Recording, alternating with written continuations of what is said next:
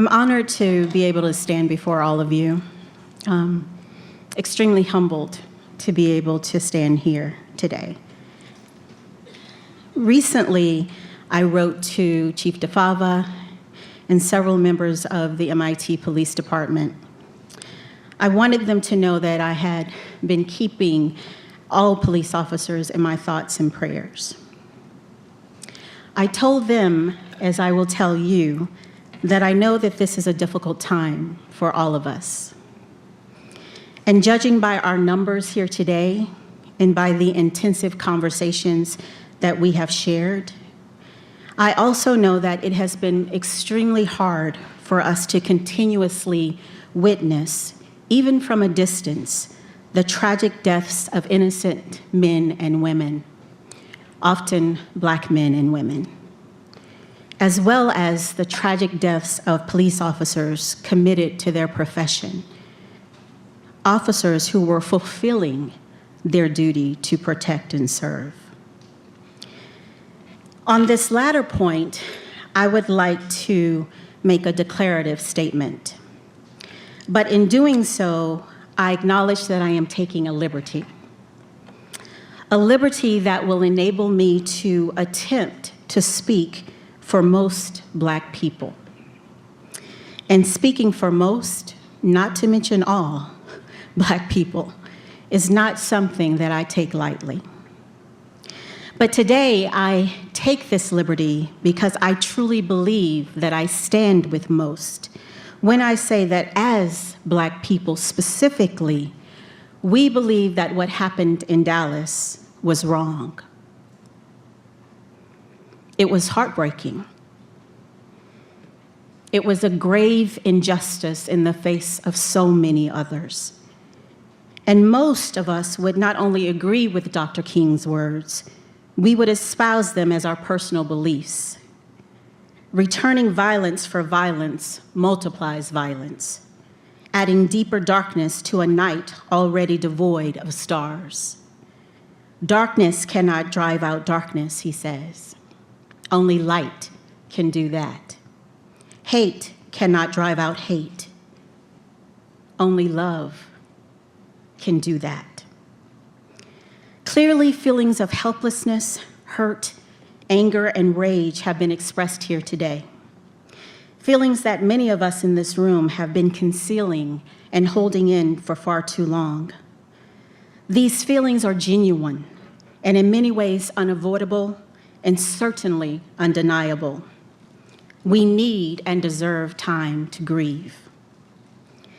Life, however, has taught me that if we stay in a state of helplessness too long, it can and will cloud our vision, our perspective, and our reality.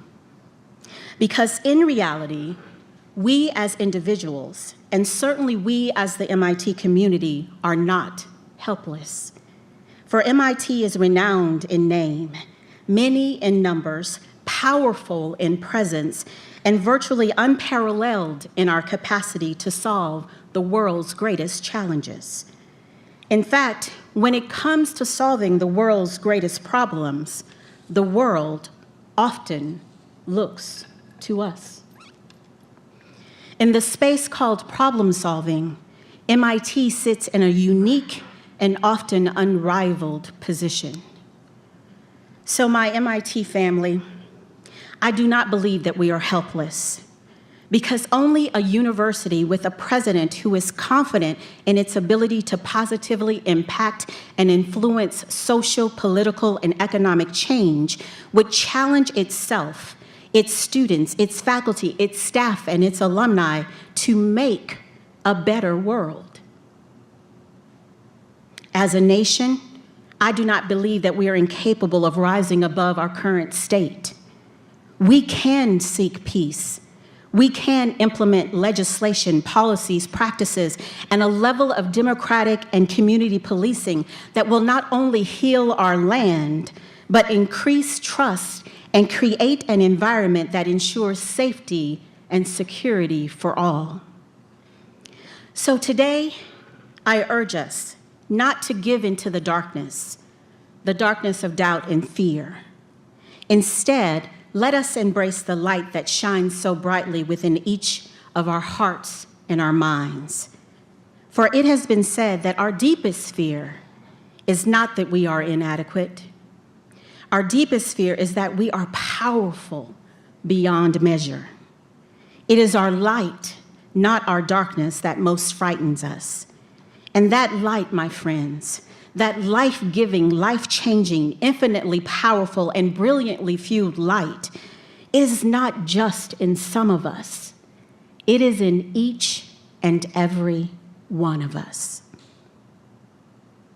So we must boldly and responsibly shine our lights. We must carry our torches, our lanterns, our beacons, our lightsabers. We must carry them as symbols of hope and use them for good. For they will be a lamp unto our feet, illuminating the pathway that will enable us to truly see one another, to respect one another, to love one another, and to stand together as one. To stand together against injustice, intolerance, and hatred. Our lights must shine so bright that others will not only see our great dome in Killian Court, but they will see our good works, and they will be inspired to pick up their torches as well. And finally, we must use the power of the light that is harnessed within us to eradicate the darkness that attempts to cloak individuals and systems that perpetuate racism, oppression, and violence against any group. MIT, we have been called for such a time as this. We are the chosen, for we are called to make a better world.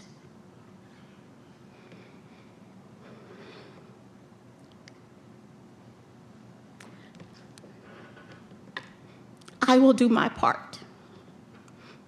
Will you do yours? Will you do your part to make a better world? Thank you for being here today.